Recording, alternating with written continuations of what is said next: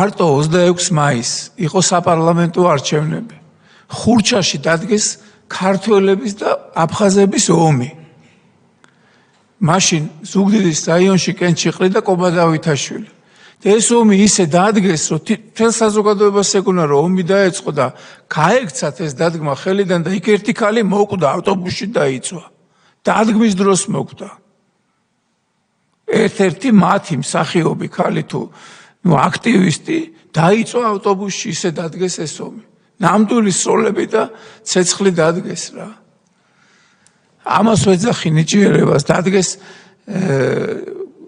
მოდელირებული ქრონიკა, ორ ადამიანს გული გაუსხდა კი ისით რაც არის და ჩემი შვილები სახლიდან გარბოდნენ, სად უნდა მივიდეთ, შევიარაღდეთ და სად უნდა დავიწყოთ ომიო და მე რო გამომაცხადეს იმ მოდელირებულ ქრონიკაში, რომ რუსული ტანკზე ვზივარ და თბილისისკენ მოვიდა, აგერ ვარ თქო, ყვიროდი, აგერ ვარ, სადმე ხართ მეთქი რა.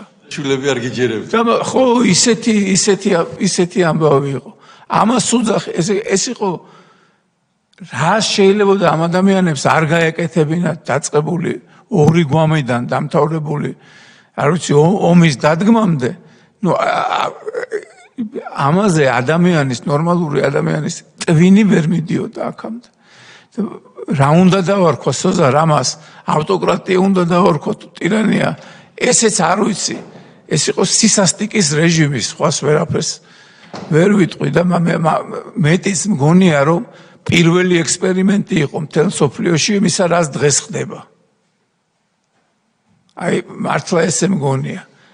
ერთი ხელით და დემოკრატიის ხმალით ნადგურდება მთელი ჯანსაღი აზრი და განსხვავებული აზრი. დღეს პრაქტიკულად ამას უყურებთ ჩვენ მთელ მსოფლიოში.